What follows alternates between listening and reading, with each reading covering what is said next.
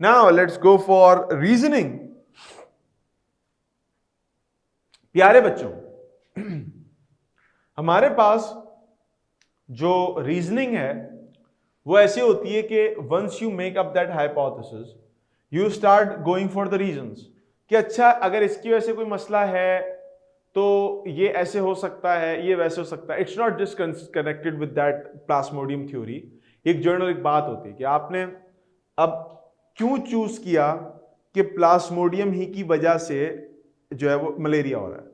सिर्फ इसलिए कि आपने ब्लड सैंपल में देखा था, हो सकता है ब्लड सैंपल में कोई और भी चीज हो तो आपको दिखी ना हो। तो व्हाट वर द रीजंस कि जिसकी बेसिस पे आप ये प्रूफ करोगे कि प्लाज्मोडियम ही से आपके पास जो है वो बीमारी फैलती है मलेरिया की। तो अब इसके बारे में कुछ बातें जरा समझते जाएं। बायोलॉजिस्ट कलेक्ट करते हैं information about the problem, collection of the problem, collect करते हैं इंफॉर्मेशन रिगार्डिंग प्रॉब्लम और फॉर्मुलेट करते हैं hypothesis by using a reasoning process. Sometimes you use reasons to form a hypothesis. एक तो हाइपोथेसिस है ना, हमने एक चीज देखी और बना ली, चलो भाई साइड पे जाओ। एक होता है कि आपने एक चीज देखी, आपने उस पर रीजंस लगाए, वजूहात डाली उसके ऊपर कि यार ये वजह थी जिसकी बेसिस पे मैं इस डायरेक्शन में सोच रहा हूं। मिसाल के तौर पे आपके भाई ने बोला कि यार आपका भाई या कोई कजन वगैरह गाड़ी लेके घर से बाहर निकलता है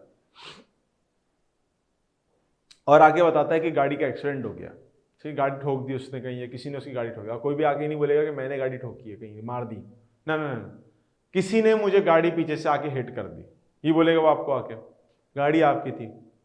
अल्लाह सबको इस तकलीफ से, दुख से महफूज रखे कि आपका कोई और भाई कोई गाड़ी चला रहा है, वो गाड़ी जाके कहीं मार दे, खर्चा बहुत होता है उस पर। अब क्या है कि आप सबसे पहले तो आप गाड़ी को जाके देखते हो, ओहो यहां पर भी डेंट पड़ा हुआ है, ओ यहां पर भी डेंट पड़ा हुआ है, अल्लाह ये क्या हो गया भाई। अच्छा आपने देख ली नजर।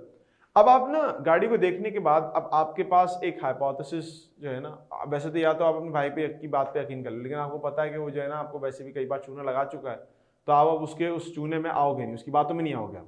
आप बोलोगे ठीक है सही है, गाड़ी का एक्सीडेंट हुआ है, ठीक है, मान समझ में आ गई बात, हिट हो गई गाड़ी, टच हो गई कहीं से, कोई मसला नहीं है।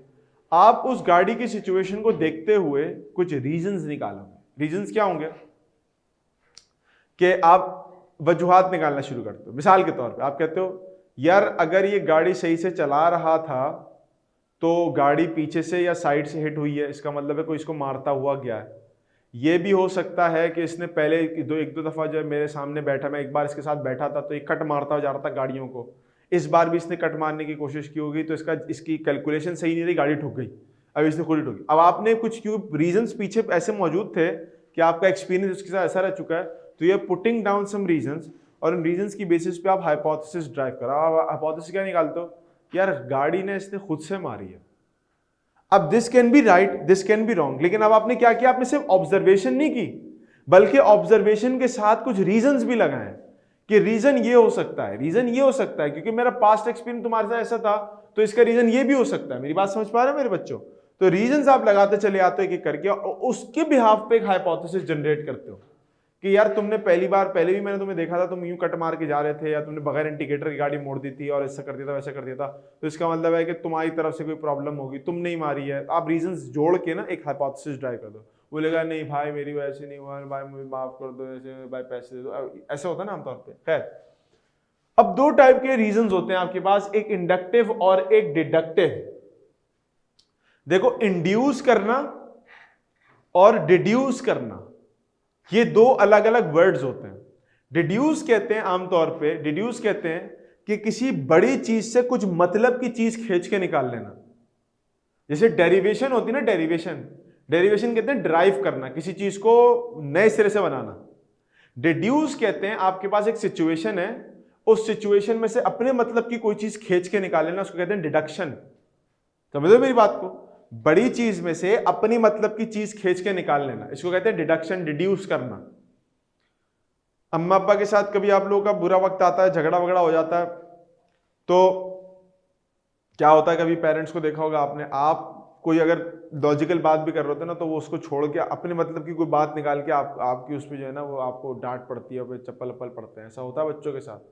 ये कभी कभार आपको ऐसा पॉइंट रख दो पेरेंट्स के सामने कि देखें इस तरह भी तो हो सकता है, ये देखें ऐसा भी तो हो सकता है, ऐसा भी तो कर सकता है, तो वो आपकी लॉजिक्स को साइड पे रखते हुए किसी एक गलती को पकड़ के निकाल लेते हैं और फिर वो आपको बताते हैं कि बेटा तुमने ये भी तो किया था, ये भी तो भूल गए तुम, याद नहीं तुमने ये तोड़ा था, याद नहीं, तो आपको पुराना किस्सा याद दिला देते हैं।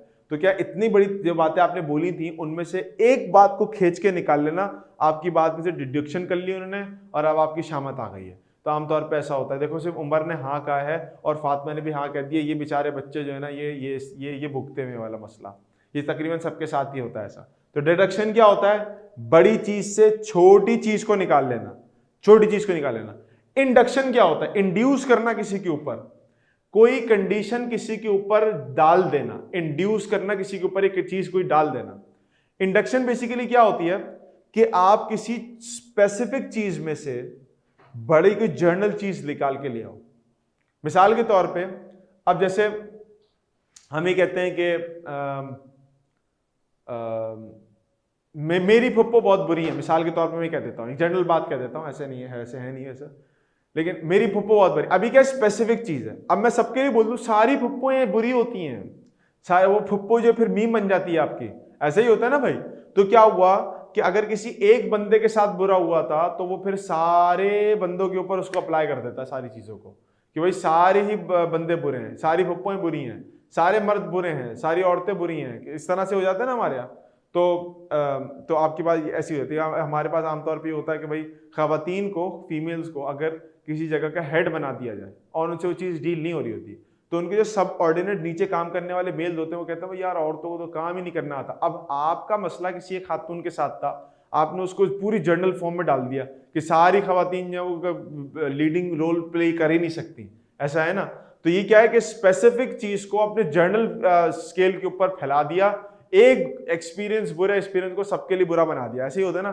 तो क्या specific to general inductive reasoning, and general to specific अपनी मर्जी की चीज निकालना डिडक्टिव रीजनिंग। याद रहेंगे एग्जांपल्स हमेशा। इंडक्टिव रीजनिंग के अंदर ये फीमेल हेड वाली एग्जांपल याद रखना है, तो आपको याद रहेगा इंडक्टिव रीजनिंग किसने कहते हैं, क्योंकि बच्चे आमतौर पर इसमें कंफ्यूज हो जाते हैं कि इंडक्टिव रीजनिंग क्या होता है, डिडक्टिव रीजनिंग क्या होता है। और डिडक्टिव रीजनिंग में आप याद रखना वो अपने घर में जो आपके साथ होता है कि इतनी सारी लॉजिकल बातों में से एक गलती आपके मुंह से हो जाए और वही बात खींच के जो है वो आपके मुंह पे चिस्पा कर दी जाती है कि बेटा देखो तुमने ये हरकत की थी।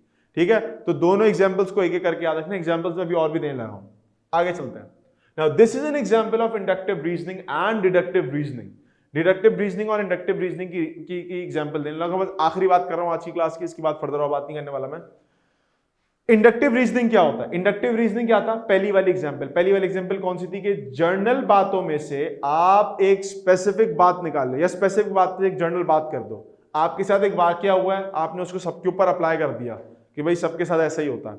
अच्छा, आपका हाथ जल गया, मिसाल के तौर पे योर हैंड गॉट बर्न, आपका हाथ जल गया। ठीक है, आपका हाथ किससे जला? चूल्हे से जल गया। अब चूल्हे पे तो लोग खाना पकाते हैं ना, मेरा आज तक हाथ नहीं जला, मैंने कितना काम किया चूल्हे के ऊपर।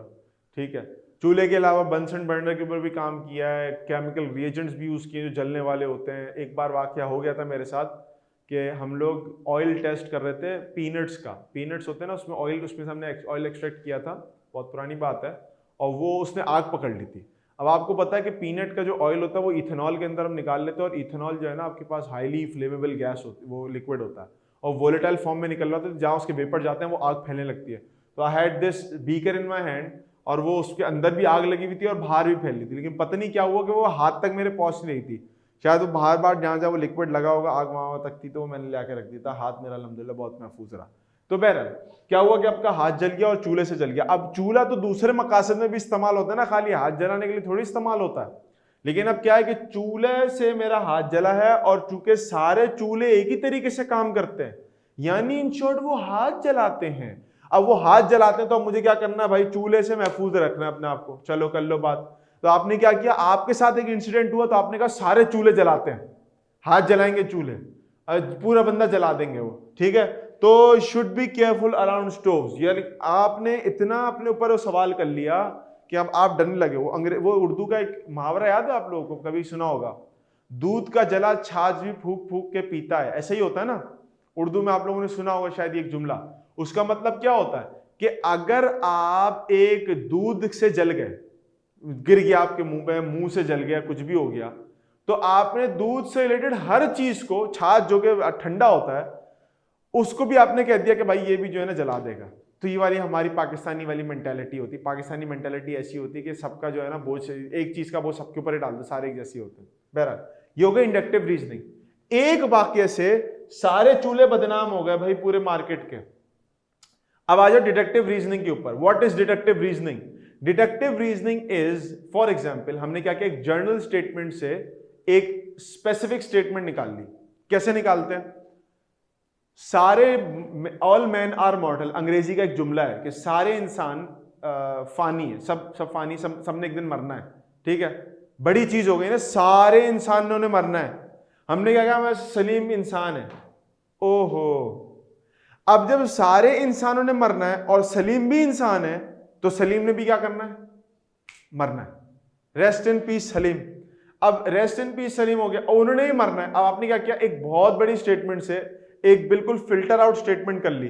फिल्टर आउट स्टेटमेंट क्या कर ली कि सारे मर्द फानी हैं, सारे इंसान फानी है, सलीम साहब भी इंसान है, तो सलीम साहब ने भी एक दिन क्या है, मरना है।